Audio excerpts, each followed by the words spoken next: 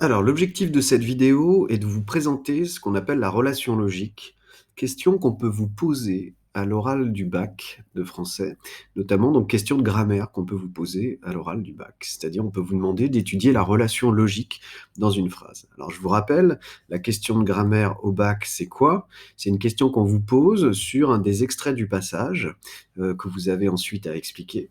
Et cette question peut porter sur la négation, elle peut porter sur l'interrogation, elle peut porter sur la subordination, et on peut aussi vous demander d'étudier donc la relation logique, de commenter la relation logique d'une phrase.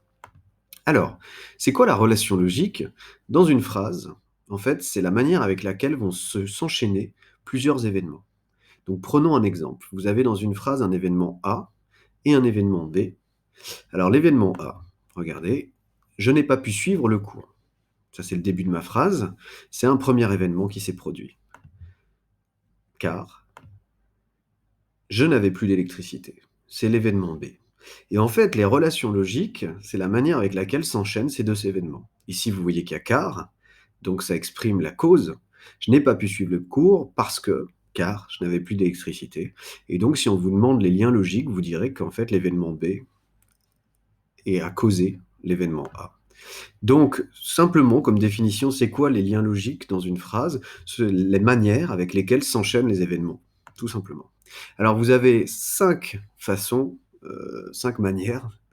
Vous avez la cause, qu'on vient de voir, vous avez la conséquence, vous avez le but, vous avez la concession et vous avez la condition. Alors, la cause, c'est l'événement A se produit parce que, justement, B existe. Ça, c'est la cause. Vous avez la conséquence, l'événement A se produit et il entraîne l'événement B. D'accord? C'est la conséquence. Vous avez le but, l'événement A se produit dans le but que B arrive. D'accord? Vous avez la concession. Alors, même si B existe, bah A existe quand même. Donc, c'est ça la concession finalement. Et enfin, vous avez la condition, A existe, l'événement A se produit à condition que B existe également. Voilà les 5 éléments, les 5 liens logiques sur lesquels on pourrait vous interroger, uniquement.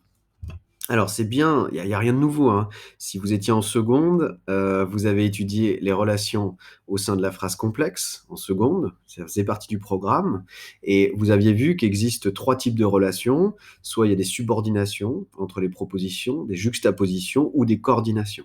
Et quand on parle de la coordination, vous avez sans doute appris, les conjonctions de coordination qui sont mais, ou et donc ornicar. Et donc, vous connaissez car, écart, encore une fois, c'est la cause. Donc, en fait, ces liens logiques, souvent, vous les avez déjà traités, mais vous les connaissez, d'accord? Il n'y a rien de nouveau sous le soleil.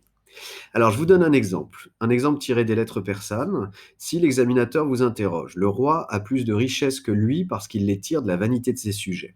On peut vous demander d'étudier les liens logiques dans cette phrase. Alors, qu'est-ce qu'il va falloir faire? Tout d'abord, il va falloir repérer ces liens logiques. Le roi a plus de richesses que lui parce qu'il les tire de la vanité des sujets. Voyez qu'entre le roi qui a le plus de richesses, c'est l'événement A, et le fait qu'il les tire de la vanité de ses sujets, c'est l'événement B, l'articulation se fait au niveau de parce qu'il.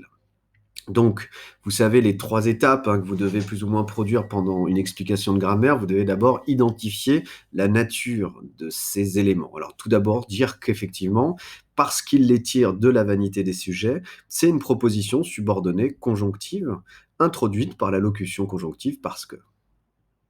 Ensuite, ce qui serait intéressant de dire, c'est effectivement préciser la fonction.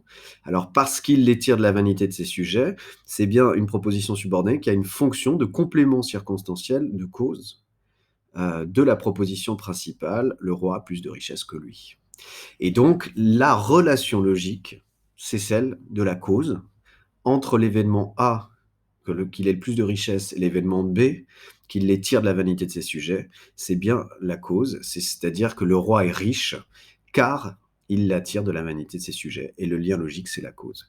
Quelle manipulation proposer ensuite? On peut en faire plusieurs, mais là, je vais vous en proposer 2.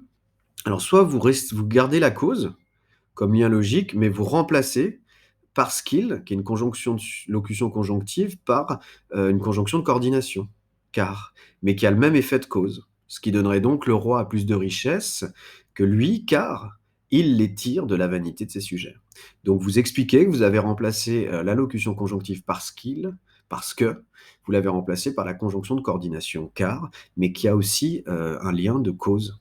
Ou alors vous changez carrément, finalement, ce que vous pouvez faire, c'est vous changez carrément le lien logique et cette fois-ci, vous parlez du but.